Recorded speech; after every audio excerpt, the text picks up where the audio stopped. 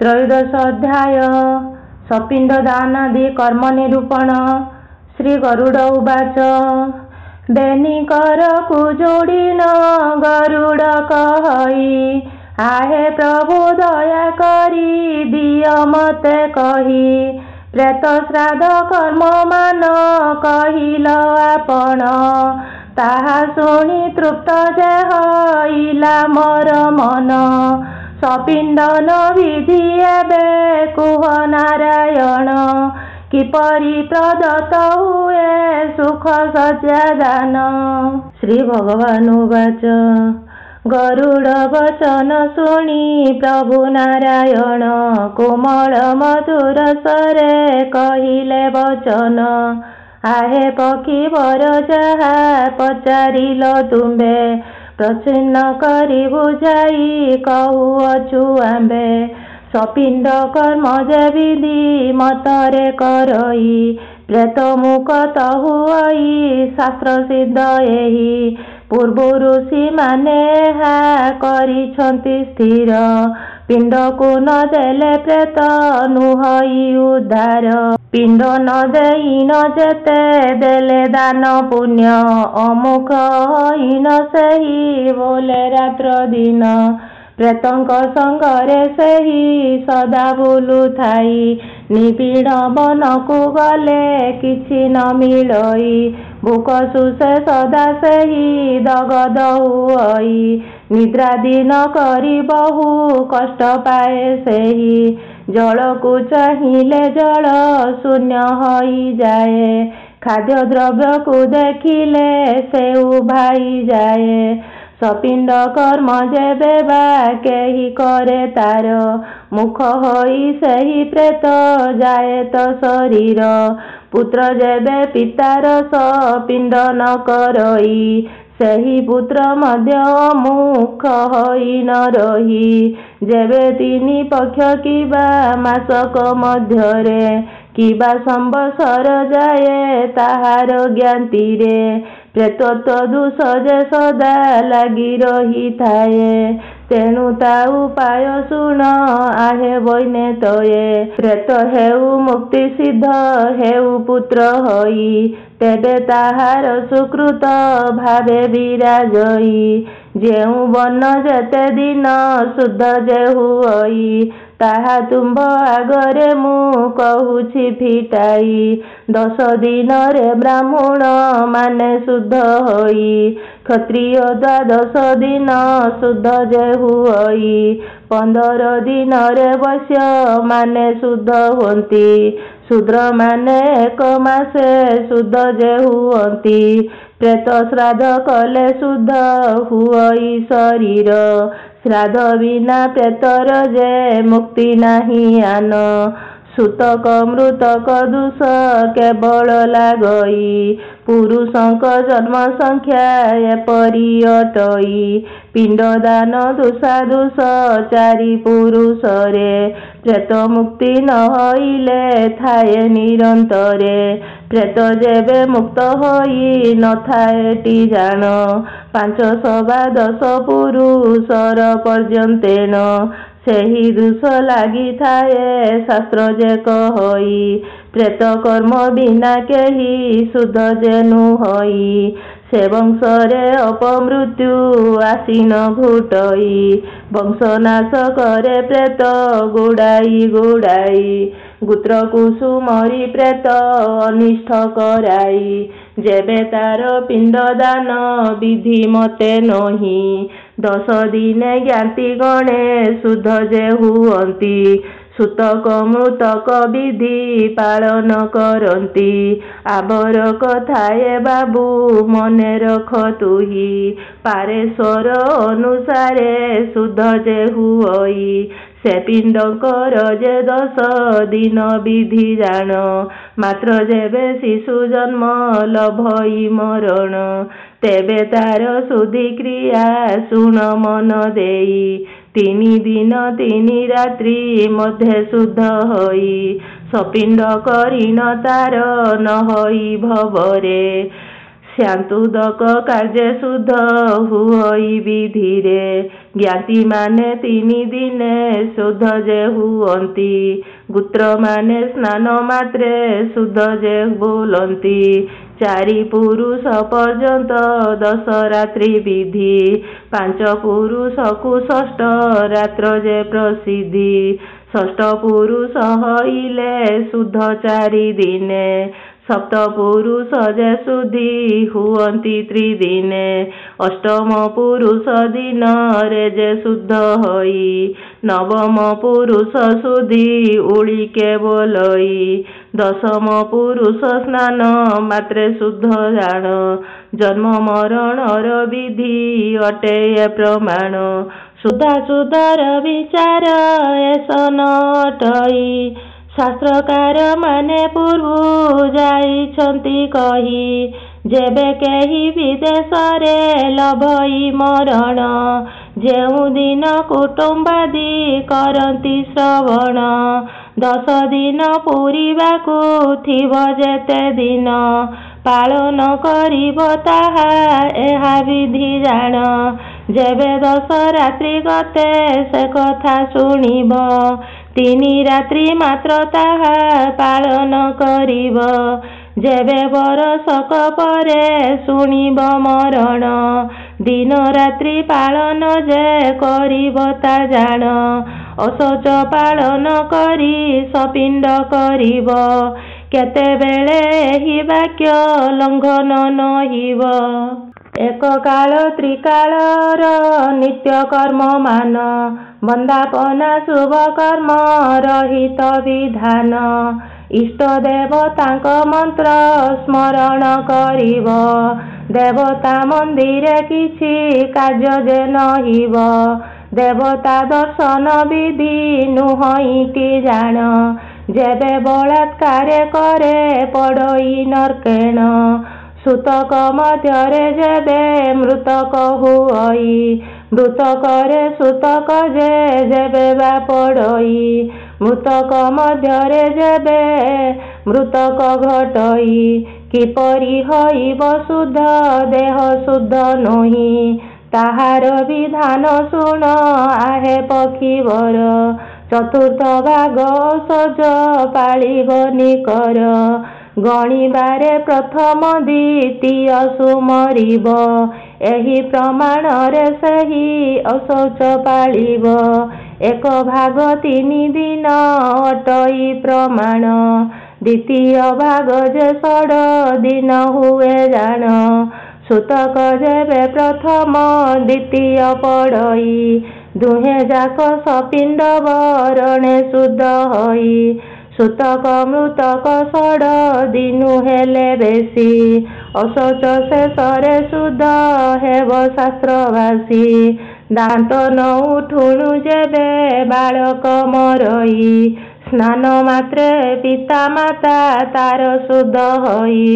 ଚୂଡ଼ା କର୍ମ ନୁହଁ ଯେବେ ମରଇ ବାଳକ 1 ରାତ୍ରେ ଶୁଦ୍ଧ ହେବା ବିଧି ଏସନେକ। ବ୍ରତ ନୁହିଁ ଥିବା ପିଲା ଯେବେ ବା ମରଇ 3 ରାତ୍ର ପାଳନ ଯେ ତାହାର ଅଟଇ। ତାପରେ ଯେବେ ମୃତ୍ୟୁ ମୁଖରେ ପଡ଼ଇ 10 ରାତ୍ର ଯାଏ ଶୁଦ୍ଧ ଶାସ୍ତ୍ର ଯେ କହଇ। ଯେଉଁପରି ପ୍ରେତ ବିଧି ଅଛଇ ଶାସ୍ତ୍ରରେ ସେହିପରି କରିବ ଯେ ତାହାକୁ ମୃତରେ। କିବା ଜନ୍ମ ହଇ 7 ମାସର ମଧ୍ୟର ଯେବେ ବା ମରଇ ସେହି ଶୁଣ ଖଗବର।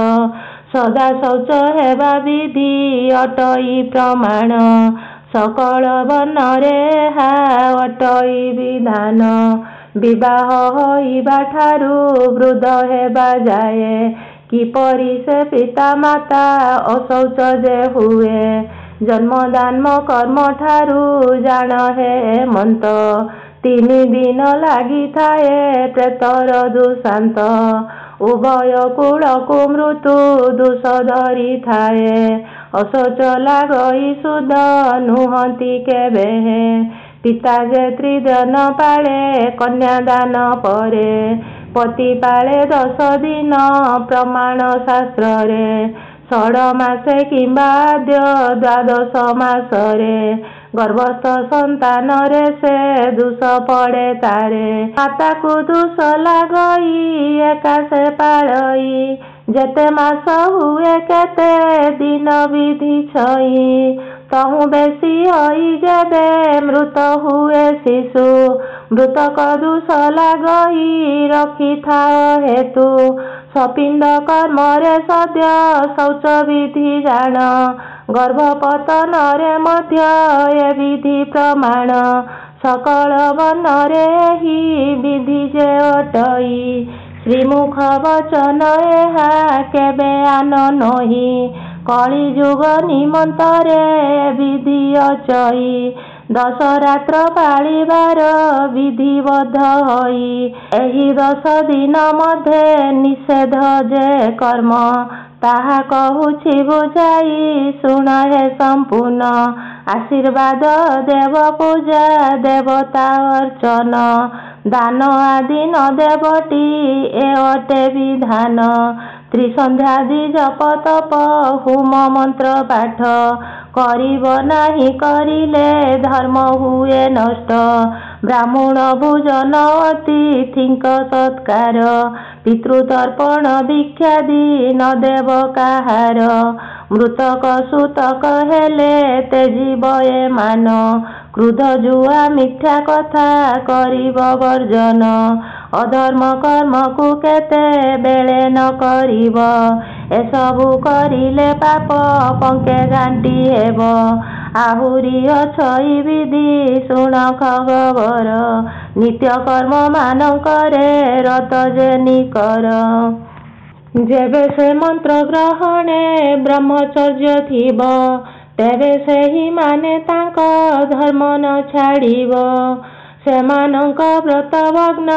ବିଧି ଯେ ନୁହଇ, ଇନ୍ଦ୍ରାୟଣ ବ୍ରତ ତାକୁ ସମାନ ନୁହଇ, ମନ୍ତ୍ର ମଧ୍ୟ ମହାମନ୍ତ୍ର ଅଟଇ ଯେ ସାର, ତନ୍ତ୍ର ମଧ୍ୟ ଦେବଶ୍ରେଷ୍ଠ କହିଛନ୍ତି ସୁର, ବ୍ରତ ମଧ୍ୟ ବିଷ୍ଣୁ ବ୍ରତ ପ୍ରଧାନ ଅଟଇ, ଅଗ୍ନିହୋତ୍ରୀ ବ୍ରାହ୍ମଣ ଯେ ଅଶୁଦ୍ଧ ନୁହଇ, ବିଷ୍ଣୁ ମନ୍ତ୍ର ଉପାସକ ବ୍ରତେ ଯେତେ କ୍ଷୟ, ହୋମ ଜପ ଖଣ୍ଡନ ନୁହଇ ଖଗରାୟ, ହୋମ ଜପ ଖଣ୍ଡନ ଯେ ୟାଙ୍କର ନୁହଇ, ବେଦ ବିଧି ନବାଧକ ଯେ ନ ଦଣ୍ଡଇ, ଯେଉଁମାନେ ଯଦି ତାକୁ ଅଶୋଚ ନ ଛୁଏଁ, ଗଲେ ତାଙ୍କର ପ୍ରଭାବେ ଦୂରକୁ ପଳାଏ, ଯେପରି ଅଗ୍ନିଙ୍କଠାରେ କଳଙ୍କ ନ ଥାଇ, ଭଲ ମନ୍ଦ ସବୁ ଦ୍ରବ୍ୟ ସମାନ ଅଟଇ,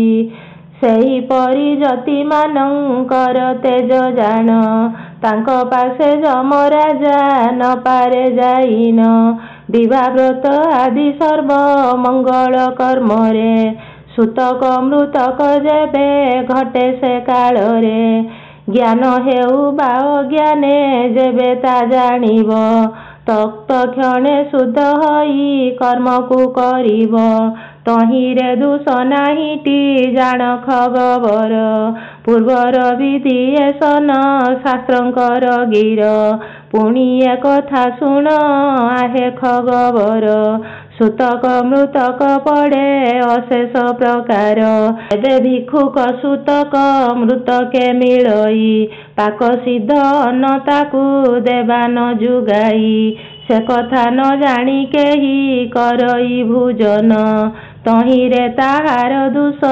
ନୁହଇଟି ଜାଣ, ଜାଣି ଶୁଣି ଯେବେ କେହି ଏ କର୍ମ କରଇ, ଉଭୟ ଲୋକ ଯାଇନ ନରକ ଭୋଗଇ, ଅକାଳରେ ବଜ୍ରାଘାତେ ଯାଏ ତାର ପ୍ରାଣ, ଜନ୍ମାନ୍ତେ ଗୋଟିଏ ନର୍କ ଭୋଗେ ସେ ଅଧମ, ସୂତକ ମୃତକ ଯେବେ ବିପ୍ର ଘରେ ହୋଇ, ଧନ ଲୁଭେ ଯେବେ ସେହି ବିପ୍ର ଯେ ଲୁଚାଇ, ଦିନକୁ ଦିନ ତାହାର ବିପତ୍ତି ହୁଅଇ, ମଲେ ଅଶେଷ ନରକ ଭୋଗ କରେ ସେହି, ଯେବେ ଏପରି କର୍ମକୁ କରଇ କେଜନ, ତାର ପ୍ରତିକାର କଲେ ଦୋଷ ହୁଏ କ୍ଷୀଣ। ପିଣ୍ଡଦାନ କରି ସେହି ବିଧିମତ କର୍ମେ ବ୍ୟବସ୍ଥା ପତ୍ରାଦି ଦେଖି ସୂଚି ହେବ ଧର୍ମେ। ଶୁଦ୍ଧାଶୁଦ୍ଧ କର୍ମମାନ କରିବ କେବଳ ତେବେ ସେ ଅନ୍ତେ ପାଇବ କୋଟି ଯଜ୍ଞ ଫଳ। ଦେବତାଙ୍କର ସଭାକୁ ବରଣ ହଇବ ଅନ୍ତକାଳେ ଗତି ମୁକ୍ତି ସେହିଟି ପାଇବ। ଦ୍ୱାଦଶ ଦିନରେ କିବା ତ୍ରିପକ୍ଷ ମାସରେ ଷଡ଼ ମାସରେ କିଏ ବା ପୂର୍ଣ୍ଣ ବର୍ଷକରେ ସପିଣ୍ଡକ କର୍ମ ମତେ ଶେଷ ଯେ ହୁଅଇ। ଏହି ବିଧାନ ପୂର୍ବରୁ ଋଷିଛନ୍ତି କହି। ସର୍ବଗ୍ରନ୍ଥ ମାନଙ୍କର ମୂଳ ବିଧି ଯେତେ ଶ୍ରୁତି ଆଦି ଶାସ୍ତ୍ରରେ ବର୍ଣ୍ଣନା ଅଛି ଯେତେ ସେହି ଅନୁସାରେ ସେହୁ କାର୍ଯ୍ୟ ଯେ କରଇ ତାହାର ସକଳ ପାପ ବିନାଶ ହୁଅଇ। ଆହେ ଖଗବର ତୁମ୍ଭେ ଭଲେ ରଖ ମନ ସଂସାର ବିଖ୍ୟାତ ହେଉ ବେଦୁକ୍ତ ବିଧାନ। ଆବର ବିଧି ବିଧାନ ଅଛି ଯେ ପ୍ରକାର ସକଳ କହିବି ମୁହିଁ ତୁମ୍ଭରି ଆଗର। ଆହେ ଖଗବର ଶୁଣ ଋଷି ପନ୍ନ ଗତି ଯେପରି ମୁଖ ହୁଅନ୍ତି ଶୁଣ ଦେଇ ମତି। ଦ୍ୱାଦଶ ଦିବସ ପିଣ୍ଡ ଦେବା ବିଧି ଜାଣ ଧ୍ରୁବ ଏହା କଳି ଯୁଗ ପାଳିବ ଯେ ଜନ। ପିଣ୍ଡ ନ ଦେଲେ ପୁରୁଷ ମାନଙ୍କର ଜାଣ ଆୟୁଷ କ୍ଷୟ ହୁଅଇ ଶାସ୍ତ୍ରର ପ୍ରମାଣ। ଶେଷ ନର୍କ ଗତି ହୁଏ ତେଣୁ ସାଧୁ ନର ପିଣ୍ଡ ଦାନ କରେ ଭକ୍ତି ସହିତ ସତ୍ୱର। ମାଂସ ଚର୍ମ ଦେହ ଅଟେ ଚର୍ମର ଢାଙ୍କୁଣୀ ରକ୍ତ ଅଟେ ରସ ପୂର୍ଣ୍ଣ ରୁମ ନାଡ଼ ଘେନି। ଏ ଯେତେକ ଥିଲେ ମଧ୍ୟ ଅସ୍ଥି ବିନା ଜାଣ ଦେହି ହୁଏ ନାହିଁ ସପିଣ୍ଡରେ ମୁଖ ପୁଣ। ଜୀବର କେବଳ ମୁଖ ଅଟଇଟି ସାର ପିଣ୍ଡ ବିନା ମୁଖ ଗତି ନାହିଁ ସଂସାରର। ସଂସ୍କାରାଦି ତପ ମତେ ଯଜ୍ଞ କର୍ମ କରି ସେହି ଦିନକୁ ଯେ ଧର୍ମ କର୍ମ ବୋଲି ଧରି କାର୍ତ୍ତିକେ ବ୍ରତାଦି ଉଦ୍ଦୀପନ କରିଥିଲେ ବିବାହ ମଙ୍ଗଳ ଅଧିବାସ ଯେ ହଇଲେ। ଘର ମଧ୍ୟରେ ବୁଢ଼ୀଙ୍କର ମଲା ଦିବସରେ ପୁଣି ଦଶ ଶ୍ରାଦ୍ଧ ଆଦି ଦିନ ମାନଙ୍କରେ ଦାନ ଆଦି ବ୍ରାହ୍ମଣ ଯେ ତହିଁ ନ କରିବ କଲେ ପାତକ ବଢ଼ଇ ନର୍କରେ ପଡ଼ିବ। ପୁଣି ଭିକ୍ଷା ଶିର ଭିକ୍ଷା ଧନକୁ ନ ଦେବ ମୃତକ ସୂତକ ଘରୁ କେବେ ନ ଘେନିବ। ସପିଣ୍ଡନ କର୍ମ ଶେଷେ ନୁହିବା ପର୍ଯ୍ୟନ୍ତ କଦାପି ଭିକ୍ଷା ନ ଦେବ ଦେଲେ ପାପ ଯୁକ୍ତ। ବ୍ରତ ଆଦି ତୀର୍ଥବାସୀ ମାନଙ୍କର ଜାଣ ପୁଣି ମନ୍ତ୍ର ଧାର୍ମିକ ଯେ ଶୁଦ୍ଧ ଗତି ଜନ। ବ୍ରହ୍ମଚାରୀ ଶୁଦ୍ଧାଚାରୀ ଏହି ମାନଙ୍କର ମୃତ ହେଲେ ପ୍ରେତ କର୍ମ ନାହିଁ ପକ୍ଷୀବର। ମାତ୍ର ଶୁଦ୍ଧ ଶରୀର ଯେ ବିଷ୍ଣୁ ଉପାସକ ଉଦ୍ଧାର କର୍ତ୍ତା ଅଟନ୍ତି ରୁକ୍ମିଣୀ ନାୟକ। ପୁଣି କଥା ଏ ଆବର ଶୁଣ ଖଗେଶ୍ୱର ବୈଷଦେବ ନ କରିବେ ବ୍ରହ୍ମଚାରୀ ନର।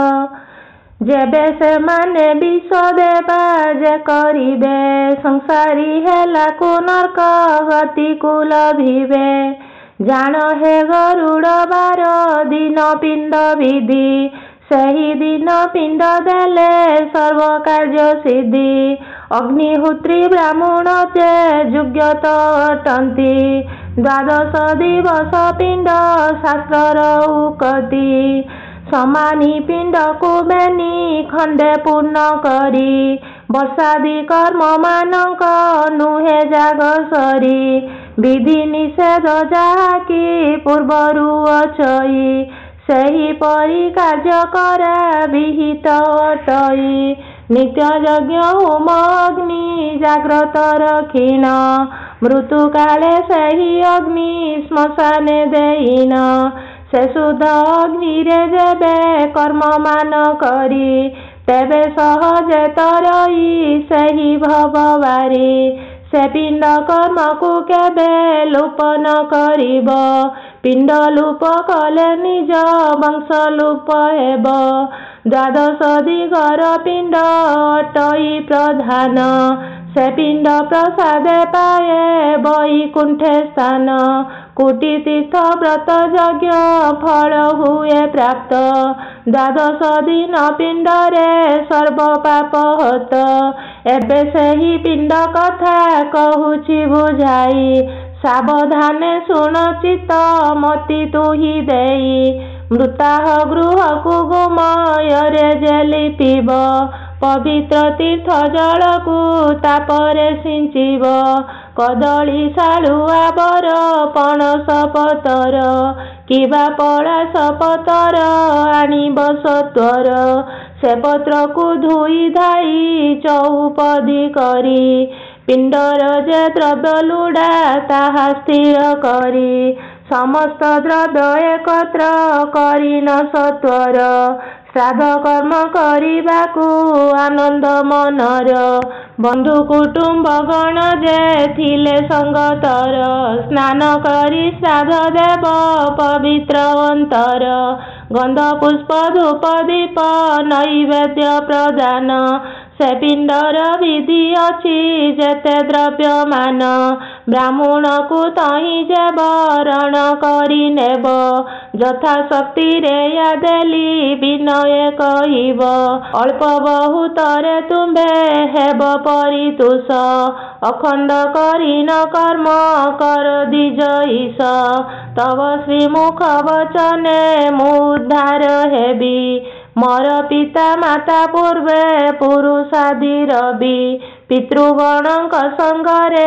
जेते प्रेतगण आउ सेमानक नाम न करिब जान पितृଙ୍କୁ तुसीन पिता जीवଙ୍କୁ उद्धारी ताहा परे सूर्यଙ୍କୁ जे दुग्ध नेई करी अर्पण करी न देव ब्राह्मणे तो शिव सेमानक पादुदक जत्न रे खाइब द्वादश पिंड प्रेत विधि जे प्रकार शुणिल हे वैनतेय चित्त करी स्थिर पुणिया बर कथाए शुण खगबर पति संगे पत्नी जेबे पसई अग्निर दाह हुए एकत्र जे एहा करिब सर्वमते पिंड शौच मान जे करिब पिंड स्थान दान स्थान सर्व कार्य स्थाने आगे पिता पछे माता नाम को प्रसन्ने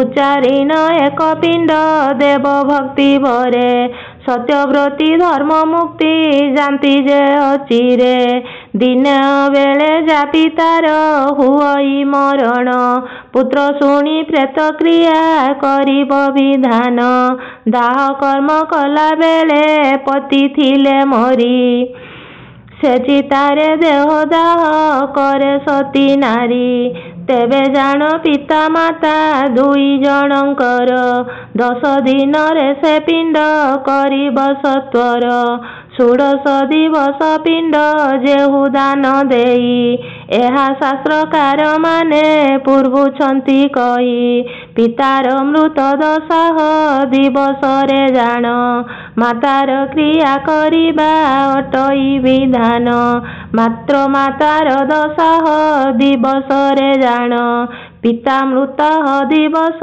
नुहई गणन जेबे 10 दिन ते संवाद पाइब सेही दिनु 10 दिन गणना करिब जेबे बा माता जे सती व्रत आचरई तेबे बिया बर 10 रात्र पाळिबई नहेले शुणिला क्षणी प्रेत क्रिया मान निर्वाह करिब एहा विधिर विधान सजा आदि दान सुड सादि 64 करिब शुद्ध मनरे न होई न कष्टी समस्त हईब मुख तव कल्याण रे आहे विप्रवर पिंड दिय संतोषरे एही परि विनय वचने करी तोष पादे नमीन पिंड रे पशिब अवश्य ପୂର୍ବ ମୁଖରେ ସଂକଳ୍ପ କରିବ ଯେ ତହିଁ